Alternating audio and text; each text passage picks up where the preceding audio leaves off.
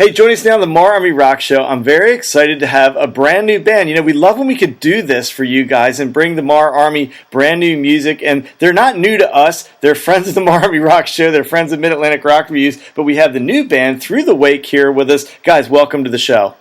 Thanks for having us, man. Thanks. Hey, man, it's our pleasure to have you. Now, of course, the first thing people are going to want to know is give us a little bit of the history of the formation of this band. Well, the band was formed in June of 2014 by me and Tony, the bass player. It was us for probably about 6 months, just steady songwriting, getting some material together before we actually looked for more members to fill the gap so that we had material to kind of get jumped on. Matt was the third one, to get into band. About 6 months later, I'd say probably around the October range. And from there, the music just slowly came together with the rhythm section. And then Adam here joined in March. He's the other guitar player. And finally, Daniel's son here. And so now we finally got a full group, man, and it's better than we ever thought it'd be. It honestly fell together once we started getting.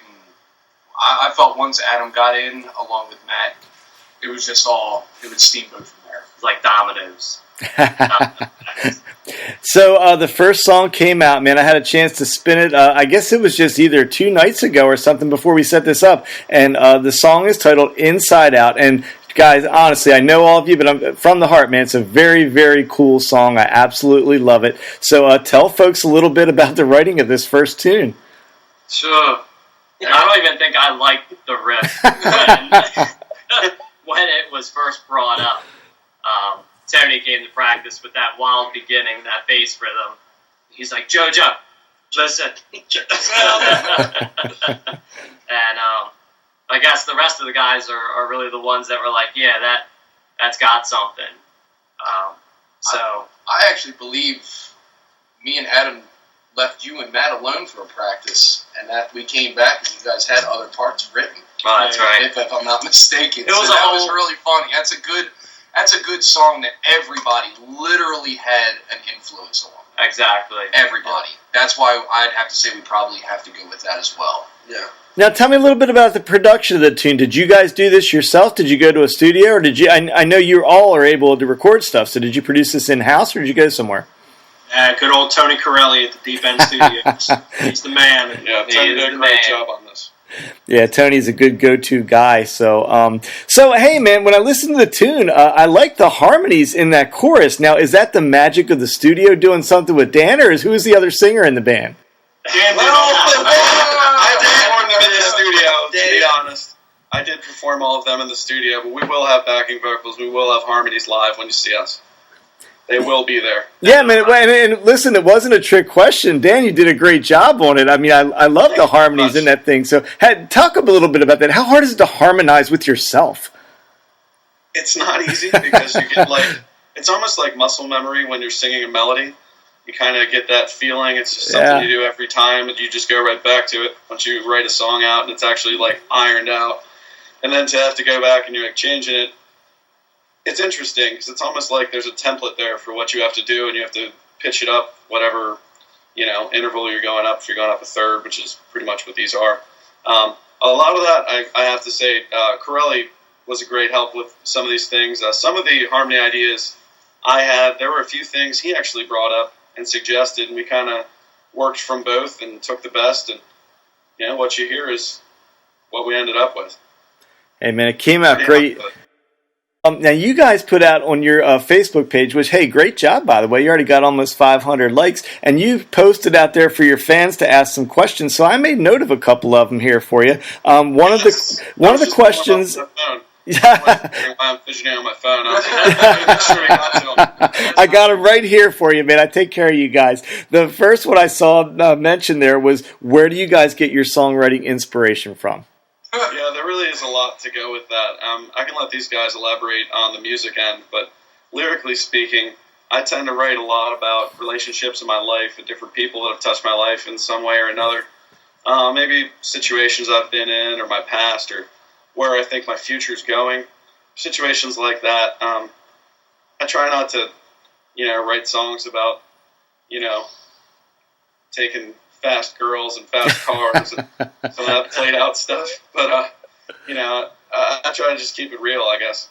On top of that, I would have to add, as you listen to our music coming out, a lot of it's really uplifting. We don't really have a lot of, down in the dumps type stuff. As far as our guitar playing, our drumming, it's a lot of groove. It's a lot about, what up tempo, happy, so to speak, feeling, incorporated into all the music, and that's where we get it from. I mean, there is some points in Inside Out where you would want to punch a baby. I'm okay with punching a baby. Well, it's interesting you say, because I was listening to Dan answer that question. I was like, well, it sounds like you're talking to somebody in a little bit of an assertive way in that song. Yeah. That song, honestly, there are a handful of people in my life that influenced the lyrics in that song. Honestly, once I I started hope I'm not one of them. No. Never. K-Rock, you have a special place in my heart, buddy. Honestly, once I start writing something like that, I kind of disassociate the people that the song was initially about, and I build the concept. Once you have a concept, a song about these people that are difficult and, all of that, you just kind of go from there and build a lyric. And once the lyric is built, you feel the emotion, kind of, okay, what makes sense to say here and how does it fit? So, I mean, that's kind of how I fill it in.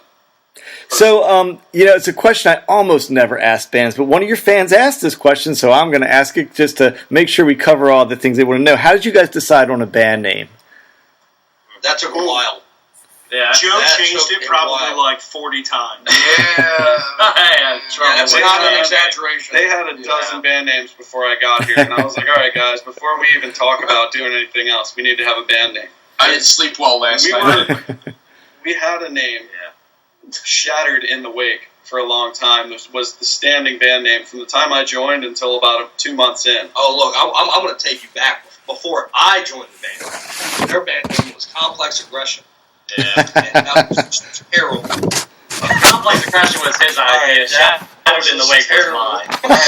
We went from Shattered in the Wake, and the band name was too long. And we started to kind of think about what we liked about the name and what it meant.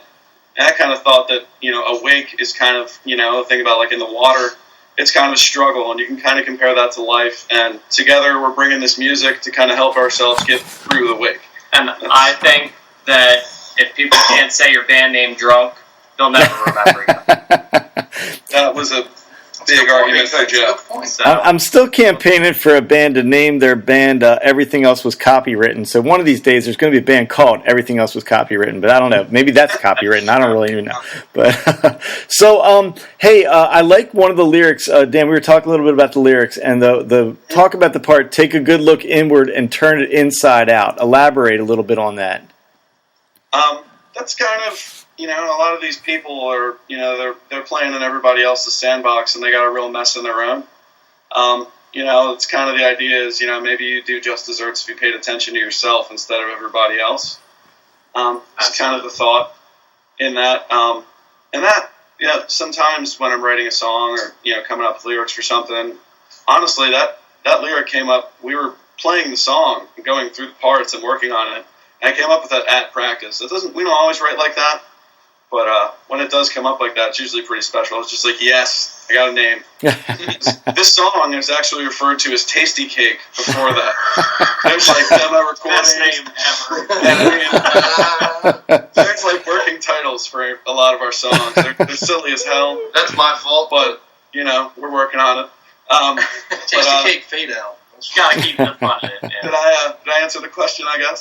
Yeah, I think you got it, Dan. Hey, so a big question everybody's going to want to know is when can we start expecting to see you guys playing some live gigs? We're hoping November.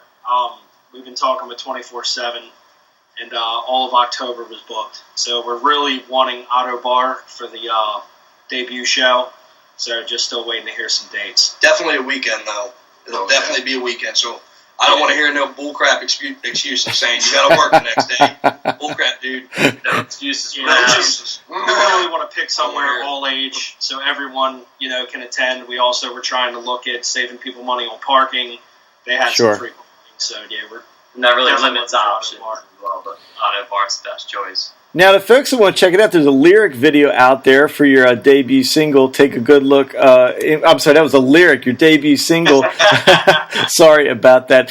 Inside Out, and the video Inside Out, there has a lot of wave scenes in there with the whole wake thing. So where'd you shoot that thing at? Actually, that was free footage. It's royalty-free footage Really? we got online.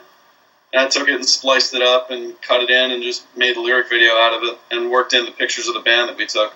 Now, see, I just assumed you were at Ocean City, Maryland. I don't know why. Baltimore band, I took a leap and thought that. That would have been cool, yeah. Waves cool aren't that calm in reception Ocean for City. Yeah. Did you guys go and not tell me?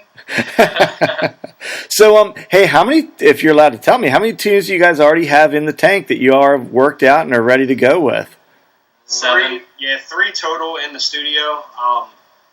They'll be in next Thursday to finish up mixing and mastering of the other 2. So we'll have a 3-song demo, but yeah, about 7 fully done. And then just working on a cover or 2 for live. So, where do you want people to go to find your music? Let people know the web. I know you already got a website and a Facebook page. Let people know where the best place is to go to find out all about you guys. Probably Reverb. Yeah, Reverb Nation right now. We haven't gotten to the iTunes and all that stuff yet. We're still, like I said, trying to get a couple tunes fully finished. So probably Reverb, Facebook, and then the lyric video on YouTube. And if you go to throughthewake.com, it'll take you straight to our Reverb Nation page. Yeah, and for folks listening, man, they're a brand new band, so lots of stuff to come from them. Go find their Reverb Nation page. They're Through the Wake, and man, you guys are great musicians. And hey, Dan, my friend, I got to tell you, man, I think it might be your best vocal work to date that I've heard listening to this tune. I really, really appreciate it, and all the guys in the band too. By the way, I'm not dissing you guys or throwing you off to the side there either. Y'all folks that we've been seeing for a long time, but I was really impressed with the song. I'm glad you guys chose the Marmy Rock Show to do an interview with. Hey, thank you very much. Feels good to talk to you again, man. It's been a long time. It's always a pleasure seeing you guys. The band is Through the Wake. They're from Baltimore, Maryland, and be sure to go check them out. Keep an eye on them in the year to come. Lots more good stuff coming from Through the Wake. Guys, thanks for being here on the Marmy Rock Show. Right on.